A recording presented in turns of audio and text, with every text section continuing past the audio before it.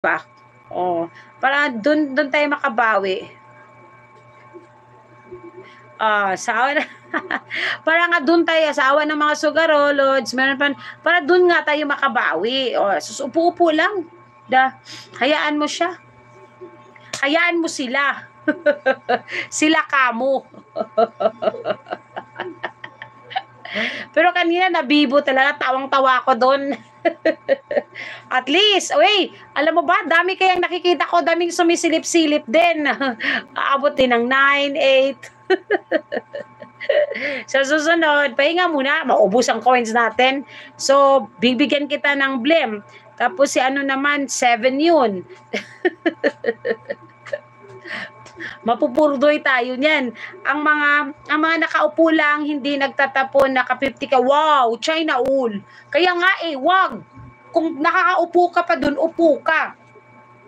Tapos pag tripan mo, syempre ilalaglag ka, no? Then pagbalik mo ng after 30 minutes, panglaglag mo din.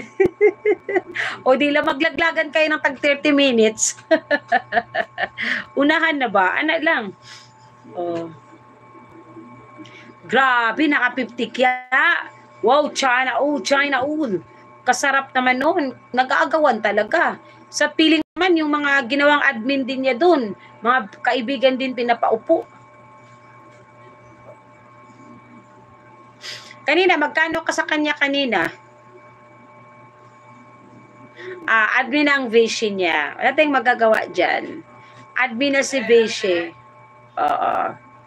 Nadali mulods. Di ba? China All. Si Divi kasi lilipat kasi siya ng boarding house. Kaya medyo busy siya.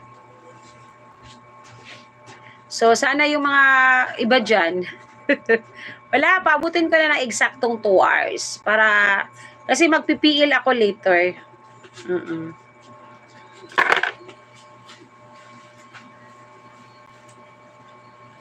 Wala, ha? Wala 1 kaya ulo ko doon kanina. Wow, bakit? Sila naka 50, ikaw hindi nakaabot ng 1 kaya. Bakit hindi ka ba binigyan?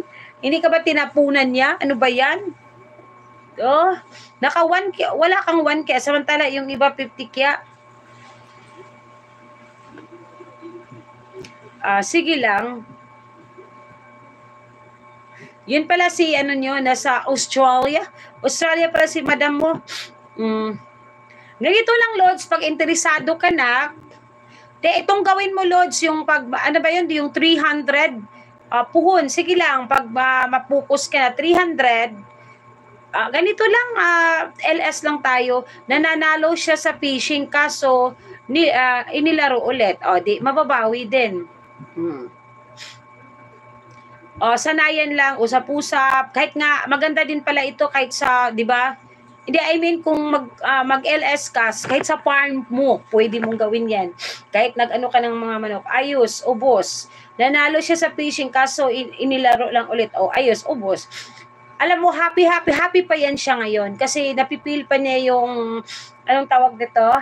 Yung popularity. Nag-i-enjoy pa siya ba?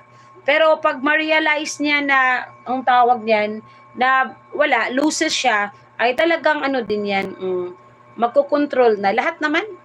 Sa umpisa talaga, magarbo ka, gastos-gastos. At pagdating din ng mag-adjust ka din. Remember, Lods, marami din nagkautang-utang sa POP. Ganon. Actually nga sa grupo natin, parang at least tayo kontrolado pa, kumikita halos. Sa awa ng Diyos. Siguro, si Penpen, yun na lang yung masasabi nating gifter. Ewan ko kay BFF naman, break even siguro yon. Si Madam Emma talagang kitang-kita siya, kumita talaga siya. Si Ate Lilia naman, break even lang, Lods. Mag-RC ng tag 200,000 a day, wala ka din. Ganon. Gifter nga na Furdoy. Ganon siya. Ngayong Monday, sabi ko, ngayong Monday, sponsoran mo ako ng 100. Ganun pa rin ang gagawin ko. Ko-convert ko pa rin yan. Sa coins pa rin, para enjoy. Eksakto 2 hours, fights na yan. Para magawa nga ako ng highlight nito.